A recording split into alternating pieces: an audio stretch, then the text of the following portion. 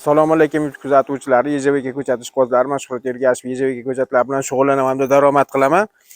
Mana bugun Andijon viloyati Qorasuv shahridan akamiz zakaz qilishganlar.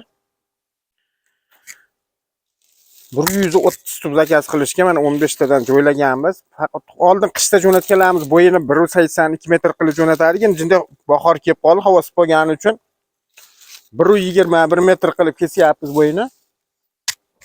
2 yasharlik ko'chatlar. Keyin ko'p savollar bo'ladi. Aka, buni ekilish tartibi qana bo'ladi deydi. Hozir bu savollarga ham javob berib o'tamiz.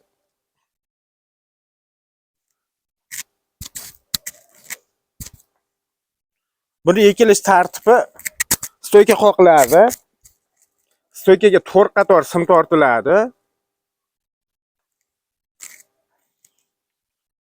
Iloji boricha mana YJVKni ham stoykaga bog'laverish kerak. Asosiy tana stoykada bo'lsa, keyin shoxlarni ikkita yonboshga taraveradi. Bu tez shoxlaydi, bir 10 metr, 15 metrgacha o'sadi.